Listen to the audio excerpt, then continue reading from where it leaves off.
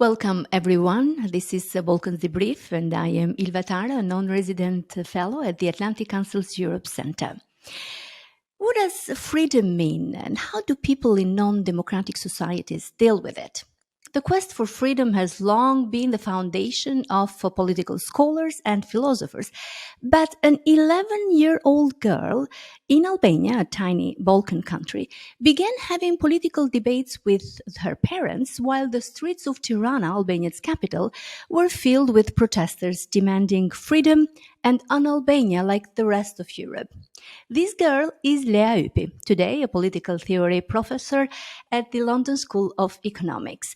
Lea's main interests are democratic theory, theories of justice, issues of immigration, and Enlightenment political thought, especially Kant, Marxism, and critical theory. Her book, Free, Coming of Age at the End of Communism, has made international headlines, won the Royal Society of Literature Ondaatje Prize, and was named Best Book of 2021 by The New Yorker, the Financial Times, Guardian, and so on. Lea, it's an absolute pleasure having you today on Balkans Debrief. Hello, Eva. Thank you very much for having me. So your book, Free, has been translated in 24 languages and is a great success. Tell us how you came to write the book and what is it about, briefly. It started as an academic book about freedom. I wanted to write on the concept of freedom in the liberal and socialist traditions and on the overlap between these traditions. And the book progressively turned into a personal journey in which abstract theoretical debates and concepts came more and more into contact with personal lives. And it ended up being a coming-of-age story, which is both an individual coming-of-age story, but also a collective coming-of-age story, one where you talk about the journey of this little 11-year-old girl in her discovery of the lies that are associated with the idea of freedom and the fact that freedom sometimes is presented to us as a promise, sometimes as a disillusionment, often packed in ideological baggage. And it became the journey both of this little girl, but also of this country as it transitioned from one political system to another, both of which promised freedom in their own different ways, both of which failed in their different ways. We will talk about that later, probably. But I was rereading the book before our conversation, and it caught my attention when your father told you that we have a freedom fighter in our family. What does freedom mean to you now? For me, it's something that I find difficult to define for other people because I find it the most unfree thing that you could do is to actually define freedom. I feel that it constrains others. It's almost an invitation to agree with you. For me, freedom is what you find in the process of looking for freedom. It's a moral concept that comes packed with other ideas like agency and responsibility. And it's for me also the foundation from which you can build critiques of society. And obviously you can be free to have different opinions because of the freedom and not agree with one definition. That's why I'm saying that for me, the moral core of the concept is very important, and the personal search for a meaning of the concept and a way to associate the concept with different political configurations is also very important. And the clash, I think, comes precisely from having these different interpretations and lacking a benchmark that puts them all together in one level. Lea, now we're talking about this, I'm thinking, what do people who live in non-democratic societies, what do they think about freedom? Have you ever thought of that? Well, part of the story that I wanted to tell in the book was that even in an oppressive society, there is a dimension of freedom that is this moral dimension that is internal to human beings and that's associated with their dignity that can never be taken away. And in fact, one of the, I think, biggest mistake that we make when we approach the so-called non-democratic societies is to assume that because there are no institutional freedoms, there is also no agency, and people have no possibility of trying to fight and to discover for themselves what freedom means. And one of the reasons I was writing about Albania in the way in which I was writing was precisely to try and show that despite the struggles and despite the constraints and despite the severe censorship and punishment of dissent, in their individual lives, people still try to express their freedom and to articulate a form of rebellion that is perhaps invisible if you only worry about freedom as an institutional given. How have US audiences reacted to your book? It's been very different in different countries. I would say there is perhaps an East-West divide. In Western countries, readers have been especially interested in the stories about communism, what it meant to live an everyday life under communism, what this little girl's personal journey, the discovery of family secrets and state propaganda, and what that entailed for her. In Eastern societies, the interest has been especially on the second part of the book, where I talk also about the kind of disillusionments that followed the transition from communism to liberal free market societies of the kind that we have now, and where I also talk about the disappointments and the hardships that sometimes gaining that kind of freedom brought to many families. And that story has resonated across publics in Eastern Europe. The US edition, I noticed they have a different cover in your book, Free. So they chose a statue of Stalin.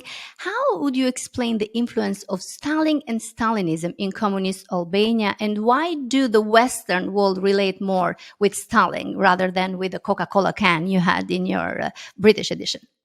Well, in part because Stalin represents the horrors of communism, and often those who approach communism from the outside associate the whole of communist history and the whole of the communist bloc to this one individual, to this one single figure and the mark that they made in history. Albania was a particularly interesting historical feature of the country, was the fact that it remained a Stalinist country up to the end of communism, unlike many other socialist states who had parted ways with that particular interpretation of socialism in the mid-50s. In Albania, the attachment to Stalin remained important until the very end, and in fact was what marked the uniqueness of Albanian socialism compared to other socialist states who, for example, had already gone through a process of criticizing the Stalinist purges, who had gone through a process of opening up their societies relatively, and therefore Albania marks this kind of unique history of this place that was fighting two imperialisms at the same time, the kind of Anglo-American imperialism and then the Soviet, what was called Soviet imperialism in Albania.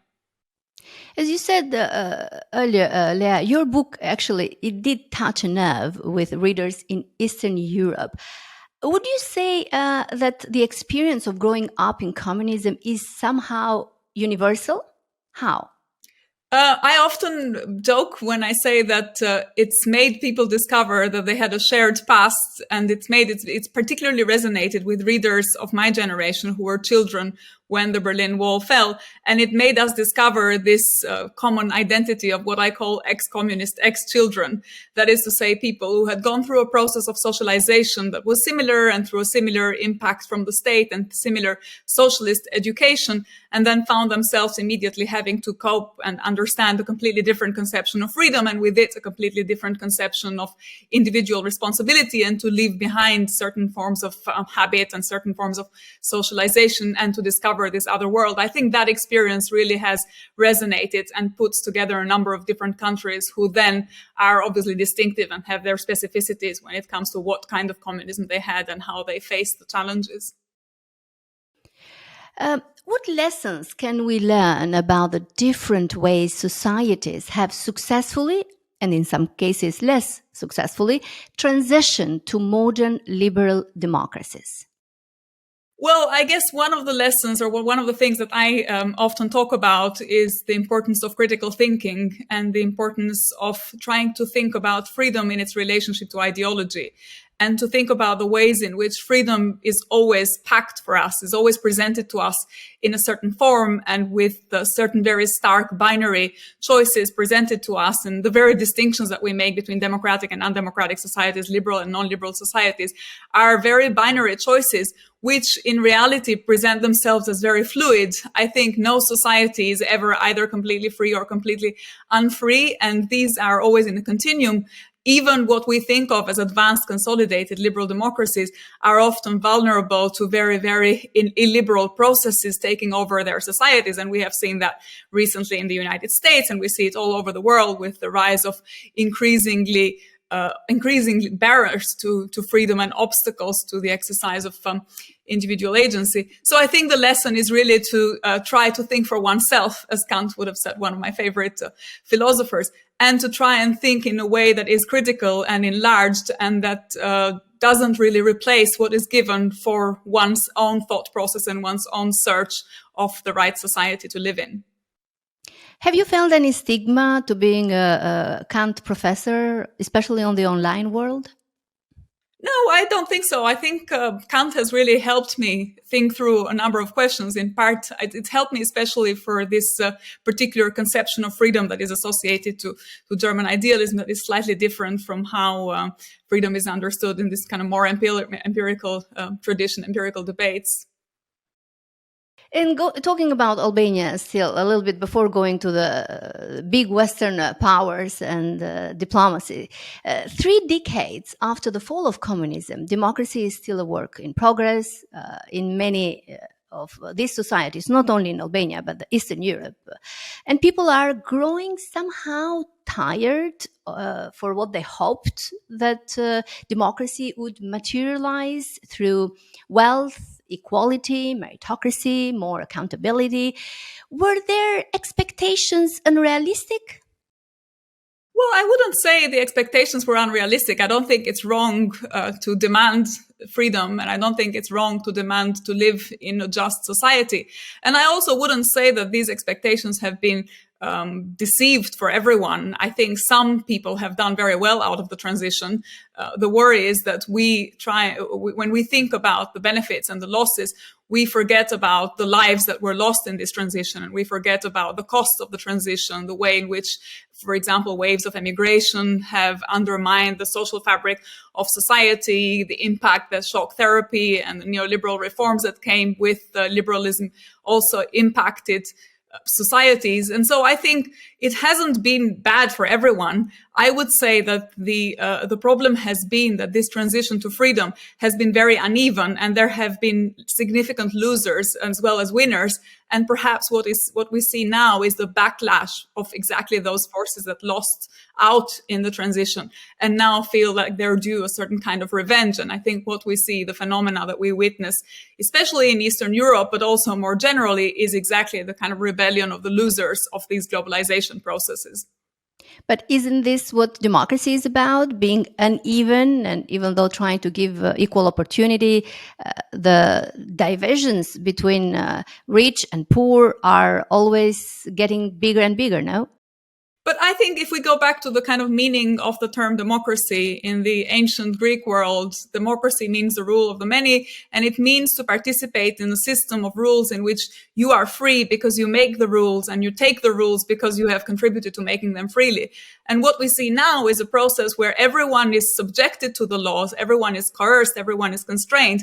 But the way in which they are coerced is very different, and there are people who are coerced and don't receive back the kind of freedom that they gave to the state when they relinquished a part of their individual freedom in the name of living with others under shared norms. So I would say that the problem is exactly that we don't actually have democracy of the kind that is in keeping with the term and in keeping with the relationship that that term maintains with the idea of freedom.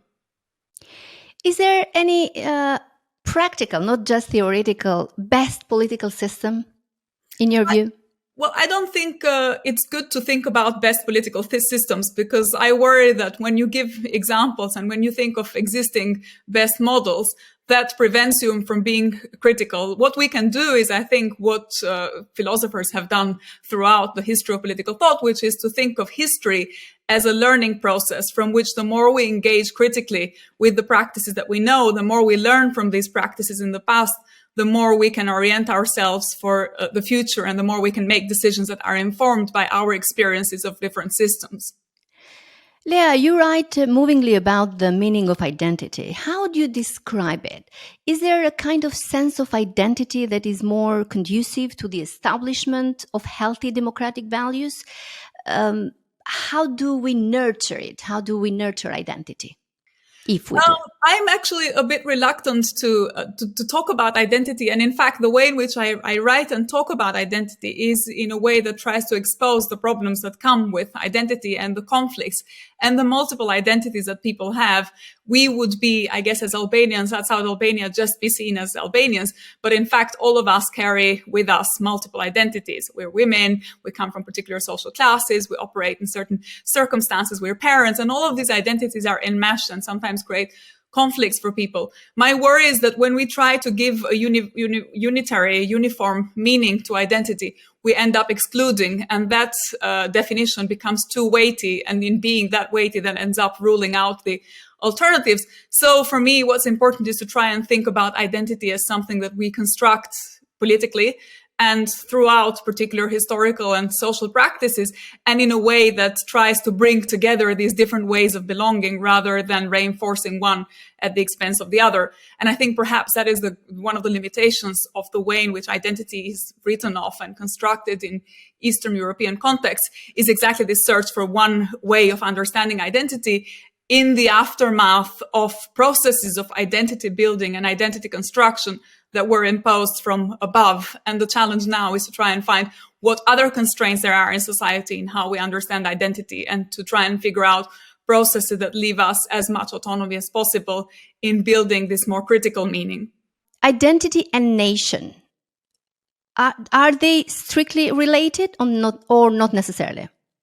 Well, they have been historically related, because one of the main forces of nation building throughout history has been the attempt to find the identity, to find what brings together different. Is that still the case? Different communities. I think it has never been the case. Often constructions of identity were elite products. And so there were always members of society that were completely excluded. Even if you think about nation building processes in countries like Albania, it was a very, very small sector of society that could actually participate. Usually people who could read and write, people who were educated, who had culture, who had traveled. And if you think about society as a whole, then you see how very, very restricted that group of people were. So I think it has been obviously manipulated. The concept of identity has been advocated and employed and put to the service of these particular nation building processes, but often I think in ways that ended up being really exclusionary. And the risk is that we end up repeating those same mistakes now when we engage in discussions around what identity is and what implications it has for us. Talking about mistakes, what is the right approach toward historical memory? We know that without a memory of the past, we cannot operate in the present, and probably we cannot think about the future. But why is memory still considered a luxury for many societies? And there are some societies who avoid dealing with, such as ours. Well, in part because the process of constructing memory, depending on how the history of these societies has revealed itself, can be a very, very traumatic process. In very divided societies, in post-totalitarian societies, these processes of identity construction, as we were just discussing, and the processes of construction of memory that are connected to this attempt to understand identity are very traumatic for members of society that are seen still to belong to one part or the other, and these groups in society still end up fighting each other. The other problem I find with memory in Eastern Europe is that there is a certain disingenuous way in which elites approach the process of historical injustice and the process of memory construction, whereby being seen to be on one side or the other of these historical debates ends up being manipulated by the elites for present purposes, where in fact the search for truth and the search for justice and for reconciliation should be brought forward by actors in society that do it for the right reason. And my concern is that sometimes these processes are not really set in motion for the right reasons, that there is a kind of lip service that everyone pays in saying we all want justice, we all want reconciliation, we want to be able to deal with the past in the right way and to engage in memory construction in the right way. But in fact, what it means is that this is obstacle and hostage to just contemporary patterns and clashes and conflicts, which have nothing to do with the desire to find the truth. So, Lea, we're talking mostly about the Eastern Europe identity and also political realities. But in the last years, in the last decade, I would say, there is a more universal crisis in terms of political developments. Let me go straight to my questions. Why do you think our voters in the world increasingly attracted to extremes, either left or right. Bernie Sanders, to my surprise, is a TikTok sensation among young people. In Italy and Sweden, right-wing forces have triumphed lately. How do you explain this shift in being distanced from the centers and reaching for extremes? Well, I would say that it's more really the far right that has benefited from these processes. I don't really see, even to the extent that people talk about the radical left, I don't see the radical left as extreme. I see it as just trying to advance a social democratic discourse that is in keeping with kind of classical, even Scandinavian social democracy. The way I see the reason there is, but I agree with you that there is a general departure from the center, or at least that there is a certain discontent with the center. And I think it has to do with the political and economic conjuncture after the end of the Cold War, where political representation has ended up being less and less deprived of content because of the way in which decisions were made by institutions, either transnational institutions like the case of the European Union, or other financial institutions or agents in society that weren't directly responsible to political representation and to political accountability, and where political parties have turned into increasingly what is called cartel parties, where they don't really represent citizens and they don't really represent members, but are seen as one elite that just responds to a particular set of financial and economic interests, and where, especially after the financial crisis and the divides and the inequalities that this generated and contributed, a number of people, number of citizens, both in Western societies and in the Eastern societies, found themselves increasingly unable to articulate their position and to have a voice that politicians were really responding to. And so I would say that those anti-system forces have been the response to the kind of technocratic way in which decisions have been made in Europe and in North America at the end of the Cold War.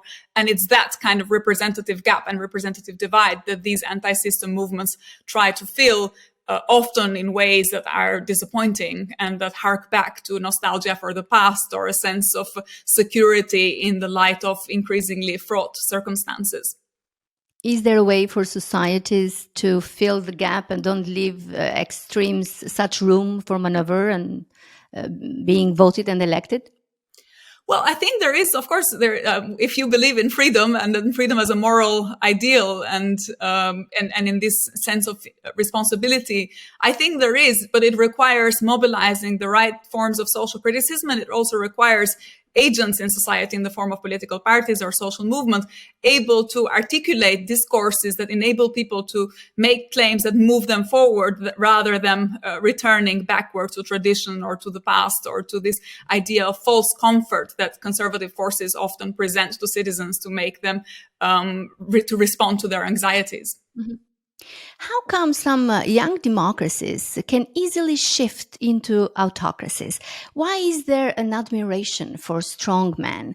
How do you explain the rise of nationalism and populism in the advanced and established European democracies? I think it's not just young democracies. I think it's every society is vulnerable to that, and every society is vulnerable to, in particular moments of crisis. This is a trope in the history of political thought. In Plato, in particular, you find this character who is a demagogue who emerges precisely when democracy finds itself in crisis and when inequality is so high in society that people feel unable to represent it.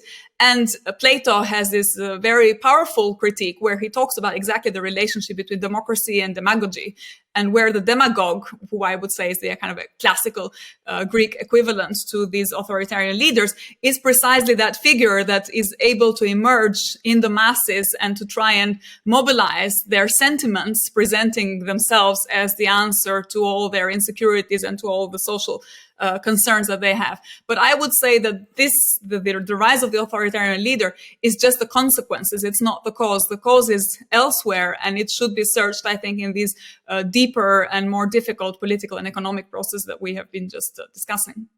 And the rise of nationalism and populism, even in what we call or what we know as established European democracies? How do you explain that? I think it's part of the same phenomenon. I think it's part of this search for homogeneity and for security in the past. Often the appeal to nationalism, to the nation, to this unit that gives us a sense of belonging and that presents us with a sense of knowing where we are, is exactly, I think, the answer to circumstances of crisis and transition and social trauma where people feel unable to belong anywhere. And therefore it becomes particularly powerful, this appeal of the past, or this appeal to this era where everyone got along. Or we know this to be a myth, but just because it's a myth doesn't mean that it's not powerful on people's imagination. How can societies, if they can, confront a rising tide of xenophobia in politics?